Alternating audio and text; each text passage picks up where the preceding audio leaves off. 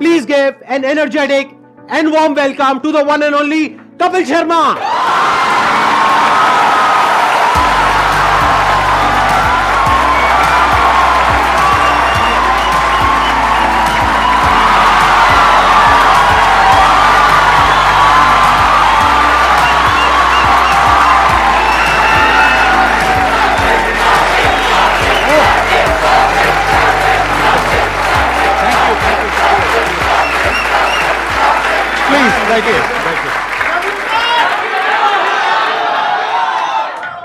Thank you इतने प्यार के लिए, मोहब्बत के लिए। क्या एनर्जी आप सबकी, वाह।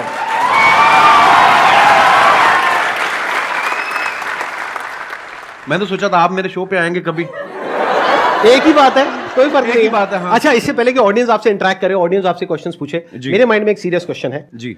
आज से 10 साल पहले आपने अपने करियर की शुरुआत करी थी। मैंने देखा 2013 में कॉमेडी नाइट्स विद कपिल के नाम से आपका शो आया था। आज पूरे 10 साल हो गए हैं उस जी बात सर। को।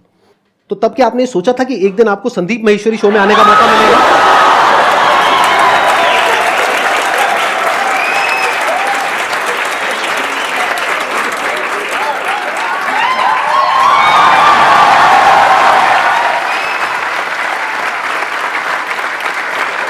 मैं सर आपके वीडियोस देखता रहता हूँ, बहुत अच्छा बोलते हैं आप और बहुत बहुत अच्छा मोटिवेट करते हैं स्टूडेंट्स को, यंगस्टर्स को। मुझे बड़ा अच्छा लगता है। और मैंने 3 महीने के लिए अपना शो बनाया था, पता नहीं चला कब 10 साल हो गए। लोगों का प्यार है और आप सबकी, लोग बहुत प्यार करते हैं सर आपको।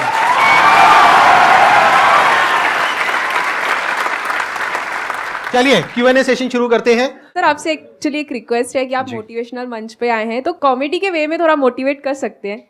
ये संदीप जी से बेहतर कौन करता है?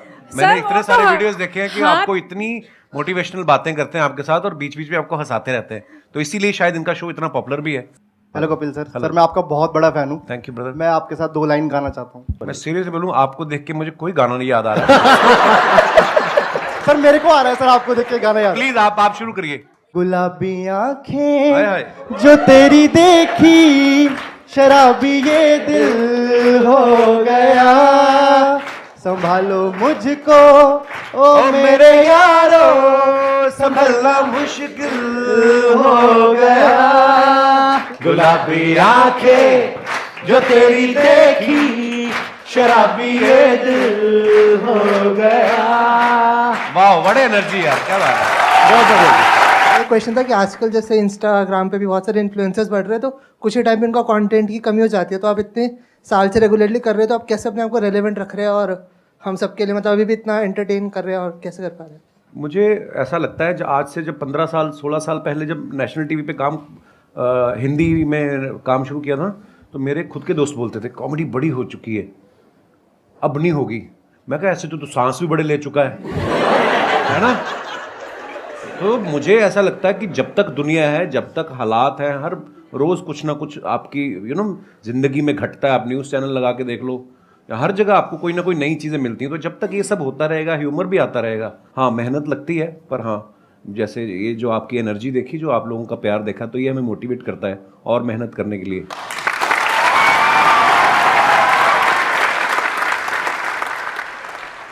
मैं आप दोनों से जानना चाहता हूँ, क्या आपने जो सोचा था, जो मैं इस प्लेटफॉर्म पे यहाँ तक पहुँच जाऊँगा तो मैं ये कर सकता हूँ, ये कर सकता हूँ, ऐसा होगा वैसा होगा, क्या आज वैसा हो रहा है? मुझे लगता है बिल्कुल वैसा हुआ है और शायद उससे कहीं ज़्यादा हुआ है।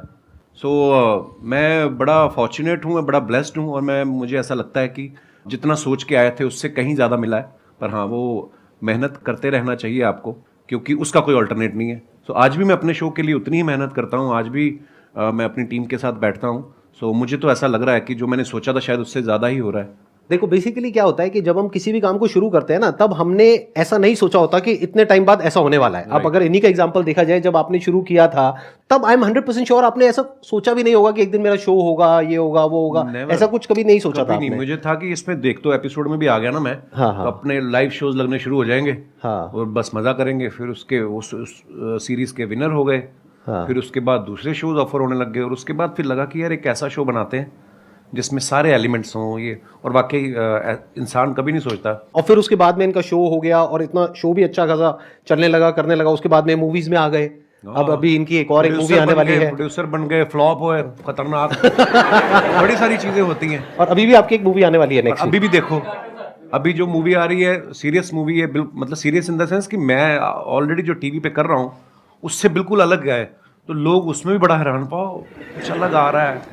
हालांकि जो मेरे जानने वाले हैं, जो मेरे दोस्त हैं, जो करीबी हैं, उनको कोई वो नहीं हुआ शौक, क्योंकि उनको पता था कि I am very good actor. तो बिल्कुल संदीप जी ने सही कहा, बहुत सारी चीजें होती जो हम लोग हमारे बियॉन्ड में हमने एक्चुअली नहीं सोची होती। इसको आप इस तरीके से देखो कि जैसे जैसे हम लाइफ में आगे बढ़ते हैं ना, तो हमारी जो विजन है वो बड़ी होती है। बिल्कुल। जब अभी अगर आप अपनी बात करो तो आपकी विजन इतनी सी है, तो आपको लग रहा है कि मैं बस इतना ही कर सकता हूं। जब वहां पहुंच जाओगे तो विजन और बढ़ जाएगी। फिर एक ऐसा पॉइंट आ जाता है जब विजन आपकी 360 डिग्री हो जाती है, तब आपके अंदर से आने लग जाता है कि यार मैं कुछ भी कर सकता हूं।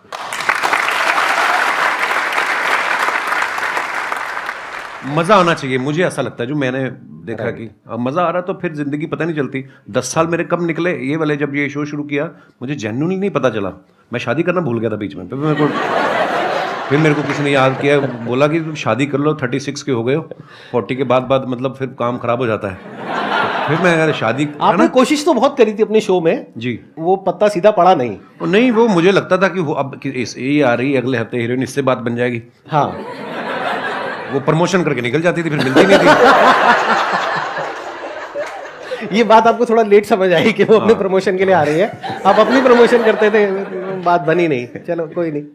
लेकिन आई थिंक आपका भी जो रिलेशनशिप है, अगर एक बार हम थोड़ा सा ऑफ ट्रैक जाए जी, तो बहुत पुराना रिलेशन है आपका गिन्नी के साथ। हाँ हाँ, ऑफ कोर्स। मैं कॉलेज में पढ़ता था, जब मैं पोस्ट ग्रेजुएशन के लिए एडमिशन लिया अमृतसर से जलंधर, तो हमारे यूथ फेस्टिवल जैसे होते हैं, है ना, यूनिवर्सिटी के इंटर कॉलेज कंपटीशन। तो मैं अपने कॉलेज में पढ़ रहा था, और गर्ल्स कॉलेज का अलग से कंपटीशन होता था, बॉयज़ का अलग से होता था। उसके बाद जो विनर होते थे दो, फिर वो बॉयज़ और गर्ल्स का कंबाइंड फाइनल में होता था। उस तरफ से गिन्नी फर्स्ट आ गई, बॉयज़ वाले में मैं आ गया। फिर फाइनल में जब आमने सामने हुए, वही एक दिन था जिसमें मैं जीता। उसके बाद गिन्नी जीतती आ रही है। और कंपटीशन क्या था सर? थिएटर कैटेगरी, मतलब बहुत सारी कैटेगरी होती है, फाइन आर्ट्स होता है, म्यूजिक होता है, आप किसमें थे? आप कौन सी कैटेगरी? मैं थिएटर में था। थिएटर और थिएटर में होता है one act play, skit, histrionics, mime, fancy dress. अच्छा, तो शुरू से ही आपको शौक रहा है थिएटर का, म्यूजिक का, इन सब चीजों का। जी। और वो जो आपकी वाइफ है वो किस कैटेगरी में थी? वो थिएटर में ही थी, और वो फोक डांस में भी थी। हाँ, गिद्दा बड़ा अच्छा डालती थी, अब तो मुझे नहीं चाहती है, पर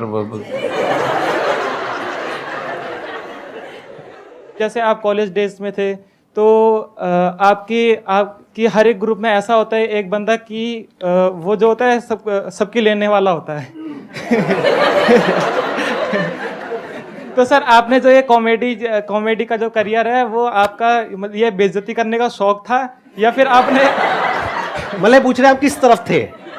जैसे एक ग्रुप में एक बंदा ऐसा होता है, तो आप वो बंदे थे या फिर आपके साथ ऐसा कुछ हुआ था? मतलब यही आप पूछना चाह रहे हैं? जी सर, यस सर। हाँ, मतलब बेइज्जती करने वाली ये लाइन कहाँ से आ गई भाई?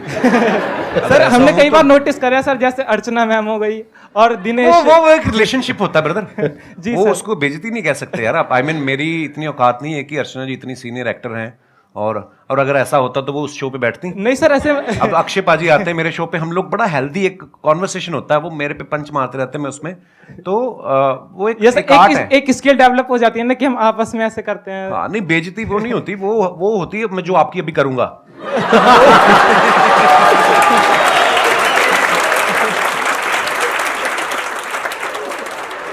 मैं स्कूल में ऐसा नहीं था, बिल्कुल कॉलेज में भी ऐसा नहीं था। हाँ, पर मुझे लोगों को हंसाना अच्छा लगता था, पर मैं बड़ा इंट्रोवर्ट था।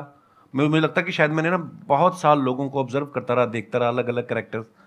तो जैसे अभी मैडम ने भी सवाल पूछा था, तो वो चीज़ें डेवलप हो रही होती हैं, आपको नहीं पता होता है कि आपके अंदर कुछ डेवलप हो रहा है धीरे धीरे करके। तो अच्छा लगता था लोगों को हंसाना। सो आई थिंक उसी की वजह से अपने आप पर भी हंसना भी स्किल है सर। कई लोग हैं जो अपने आप पे हंस ही नहीं पाते। सबसे पहले अपने ऊपर हंसो। एक मैं आपको मंत्र बताऊं छोटा सा, अगर आपको लगे ना कि यार मेरे बारे में लोग क्या कहेंगे, सबसे पहले अपने बारे में खुद ही कह दो। जब आपके शो में कोई भी आता है, या जैसे एक्टिंग हो गया या सिंगर, तो आपको किस में मजा आता है? आपने एक्ट्रेस तो बोला ही नहीं। मेन मजा वाली बात है, सिंगर है।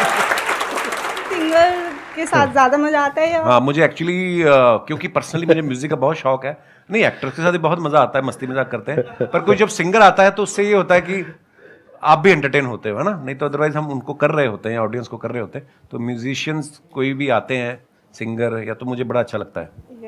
Thank you. क्वेश्चन मेरा ये है, जैसे कि सर वैसे मैं डिजिटल मार्केटिंग करता हूँ और क्या कहते हैं मिमिक्री वगैरह भी कर लेता हूँ मैं। अच्छा जी। बट मैं क्या है, मैं कहीं चैनल वगैरह पे किसी चीज़ पे मैंने कोई चैनल वगैरह नहीं बनाया। वैसे क्लाइंट के लिए हम लोग ये काम करते हैं, तो उनकी जो सोशल मीडिया अकाउंट है मैं अच्छे खासे रीच उन पे ला सकता हूँ, बट मेरे को टाइम नहीं मिल पाता। ऐसा भी नहीं है, बहुत कुछ करता हूँ, मतलब समझ में नहीं आता कि टाइम क्यों नहीं मिलता अपने लिए अगर निकालना चाहूँ तो। आप जवाब देंगे या मैं जवाब दूं? हाथ तो नहीं उठाना चाहते ना आप? मेरा आपसे सवाल है अब, ये सवाल आपने हमसे क्यों पूछा? क्योंकि आपका टाइम है। देखो मैंने जैसे कहा कि आपको जिस चीज में मजा आता है, अगर आपको लग रहा है कि आपको जो आप जो कर रहे हैं उसमें आपको मजा आ रहा है, तो फिर आप वो अपने लिए कर रहे हैं, आप ही का टाइम है। और अगर आपको उसमें मजा नहीं आ रहा तो फिर मजा ढूंढने का। नहीं सर, मजा तो आता है, मतलब वही है कि टाइम नहीं मिल पाता, पता नहीं कैसे नहीं मिल पाता। भाई टाइम मिलता नहीं है, निकालना पड़ता है। My question is for both of you कि क्योंकि आप लोग अपनी फील्ड में ना you are the number one, which whatever you are doing right now you are at the top. तो जब आप लोग उस स्टेज पे थे जहाँ पे आपको आपको पता था आपका काम अच्छा है, पॉपुलैरिटी मिल रही है and people around you started recognising you, तो उस स्टेज पे तो सब ऐसा होता है ना कि अरे यार तुम तो बहुत अच्छा करो, यू नो कि भाई अच्छा क्या है बुरा क्या है, but those people around will be a yes person कि आप जो बोलोगे दिल बी यस सर।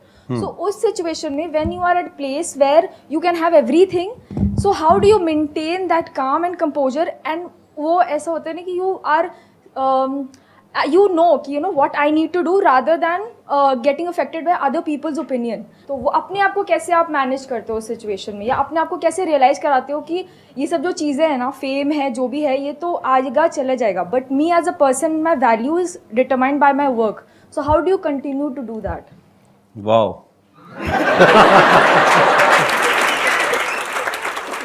आपका सवाल भी जो है मैं समझ पाया हूँ, वो एक ही लाइन में चाहे आप पूछ सकती थी, आपने 36 लाइनें बोली हैं, पर वो भी मजा आया आपकी बात सुन के। पता क्या होता है, लोग बड़ा चढ़ाने वाले भी बहुत होते हैं, जब आप थोड़ा थोड़ा कुछ कहीं राइज करना शुरू करते हैं, बड़े लोग होते हैं, पाजी आपका तो जवाब ही नहीं है। कॉम्प्लीमेंट ले लो, लेने का मजे करो, मिल रहा है ना, कुछ कुछ ले तो नहीं रहा आपसे, उसको सीरियसली लेना। और सबसे इंपॉर्टेंट चीज, जब आप क्रिटिसाइज होते हो, जब आपको कोई यू नो, अब क्रिकेटर्स देख लो आप, आज अगर कोई सेंचुरी मारता है उसके घर के बाहर जाके ढोल बजा रहे हैं, अगले मैच पे वो 0 पे आउट हो जाए तो कीचड़ भी फेंक आते हैं। अपने लोग बड़े इमोशनल हैं, प्यार करेंगे दिल से करेंगे, गाली भी देते दिल से करेंगे। सो ना तो खुशी में ज़्यादा, एक्साइटमेंट में ज़्यादा उछलने का, और ना ही अगर आपको कुछ बुरा दिन निकल रहा है, हर दिन एक जैसा नहीं होता ना, तो उस दिन ज़्यादा टेंशन भी नहीं होने का। और ये चीज़ें ना शायद उम्र के साथ आती हैं। मैं पहले ऐसा ही था, मेरे को कोई ट्विटर पे एक गाली देता था, मैं 10 देता था उसको ना तो वो धीरे धीरे समझ आ जाती है। आई थिंक उसका उम्र का भी उसमें वो बड़ा होता है। आप जैसे जैसे लाइफ में ग्रो करते हैं, यू नो, परिवार वाले हो जाते हैं, बच्चों वाले हो जाते हैं, ये चीज़ें जो उम्र के साथ आती हैं वो उसी के साथ आती है। सो हाँ, कोई भी चीज़ परमानेंट नहीं है, ना आपका फेम, ना आपका यू नो, ना आपकी तारीफ जो है वो परमानेंट है, ना ही आपका क्रिटिसिज्म जो है परमानेंट है। सो बस रिलैक्स रहने का। और ये चीजें ना कई बार टाइम के साथ साथ ही समझ आती Actually. है। मतलब अगर आप ये एक्सपेक्ट करोगे कि मेरे को या इनको एक पर्टिकुलर एज पे ये सब कुछ समझ आ जाता 10 साल 15 साल पहले, तो ऐसा नहीं होता है। ऐसा नहीं होता। जब हम वो चीज कर लेते हैं और वो गलतियां करते हैं उस तरह की, राइट, कि जब वो दिमाग पे चढ़ता है, अगर कोई आपको कहता है ना कि हाँ सक्सेस फेम दिमाग पे नहीं चढ़ता है, झूठ बोल रहा है वो इंसान। सबके चढ़ता है, सक्सेस भी दिमाग पे चढ़ता है और फेलियर भी दिमाग पे चढ़ता है। हाँ, तो जब ये दोनों चीजें दिमाग पे चढ़ती है और हावी होती है, तब हमें अंदर से समझ आता है कि अच्छा इसकी वजह से क्या गड़बड़ हो रही है। फिर इंसान धीरे धीरे उसको हल्के फुल्के तरीके से लेने लग जाता है। हाँ, एक टाइम के बाद कोई चीजें आपको इफेक्ट नहीं करती, आप मर जाते हो।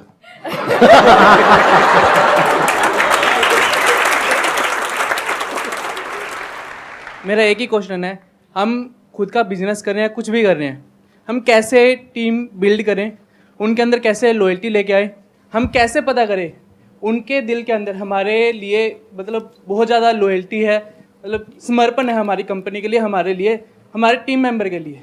It's a good question. और ये हम सिर्फ टीम पे नहीं लगा सकते इस फंडे को, हम दोस्ती पे भी लगा सकते हैं, बिल्कुल, फ्रेंडशिप पे भी लगा सकते हैं, रिलेशनशिप बोल सकते हैं, any kind of a relationship, that could be a professional relationship और अ पर्सनल रिलेशनशिप। तो कोई भी रिलेशनशिप हो किसी भी तरीके की, उसको स्ट्रांग कैसे किया जाता है? देखो सामने वाले के मन में क्या चल रहा है ये तो आप कभी भी नहीं जान पाओगे। अगर आपको ऐसी कोई शक्ति मिल जाए तो तुम बिजनेस छोड़ के तुम तो लड़कियों के पीछे लग जाओगे कि मुझे तो पता है इसके दिमाग में क्या चल रहा है। सो देखो, ये शक्तियाँ तो मुझे नहीं पता कहाँ से आती हैं, हाँ, लेकिन आपको कहीं ना कहीं अंदर से पता चल जाता है कि कौन मेरे लिए अच्छा सोच रहा है। अच्छा, ऐसा भी नहीं है कि जो आज आपके लिए अच्छा है वो आज से 5 साल बाद हो सकता है उसके मायने बदल जाएं, उसकी आपसे एक्सपेक्टेशन अलग हो जाएं। जो मेरे भी बहुत ऐसे मेरे दोस्त हैं, आज भी मेरे वही दोस्त हैं स्कूल कॉलेज के, पर कई दोस्त ऐसा भी होता है कि वो आपसे कुछ और उम्मीद करने लग जाते हैं। यू नो, समय बहुत बड़ी चीज़ है, समय के हिसाब से आपके विचार भी बदलते हैं, सब कुछ होता है। पर हाँ, अगर आपको ये जानना है कि ये मेरे लिए कितना लॉयल है तो ये सोचना छोड़ दो, आप अपना 100% उसको दे दो। जब वो देखेगा कि आप उसको कितनी मोहब्बत से इसको ट्रीट कर रहे हो तो वो सेम शायद बदले में आपको ऐसा मिलेगा। तो इसको हम पढ़ते भी आए हैं कि आपके ही कर्म आपके आगे आते हैं। मुझे ऐसा लगता है आप जब अपना 100% देते हो किसी को विदाउट एनी एक्सपेक्टेशन, आपके अंडर जो काम करते हैं जो भी, उनको अगर आप बहुत मोहब्बत देंगे तो शायद वो भी आपके लिए लॉयल ही होंगे। मेरा अपना टेक ये है कि अच्छे टाइम में कभी भी एक रिलेशनशिप की पहचान नहीं होती है। एक्चुअली अच्छे टाइम में तो सब अच्छे हैं, दोस्त भी अच्छे हैं, रिश्तेदार भी अच्छे हैं, टीम वाले भी अच्छे हैं, सब कुछ अच्छे हैं। जब बुरा टाइम आता है तब क्या आप उसके साथ में खड़े हो या नहीं खड़े हो, और पूरे दिल से, उससे रिलेशन पक्का हो जाता है।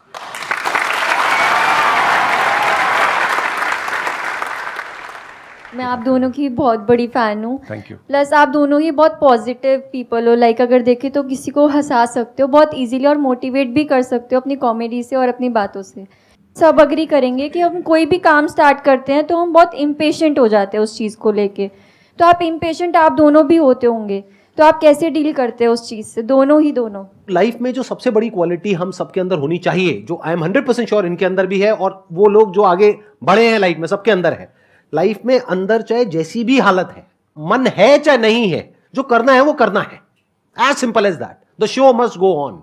ये क्वालिटी हमारे अंदर सबके अंदर होनी चाहिए अगर हम लाइफ में आगे बढ़ना चाहते हैं, तो जो आज की जनरेशन में बहुत कम लोगों के अंदर होती है। हम क्या सोचते हैं, काम को शुरू करते हैं, रिजल्ट नहीं आया, छोड़ो बेकार है, फिर किया नहीं आया, बेकार है। बेकार है क्या होता है, करना है तो करना है ना। आगे सर आपकी बारी। सेम। थैंक यू, मुझे पता था ऐसे कुछ आने वाला है यहाँ से। Thank you so much sir यहाँ पर आने के लिए। थैंक यू, मुझे बहुत मजा आया आपसे मिल करके।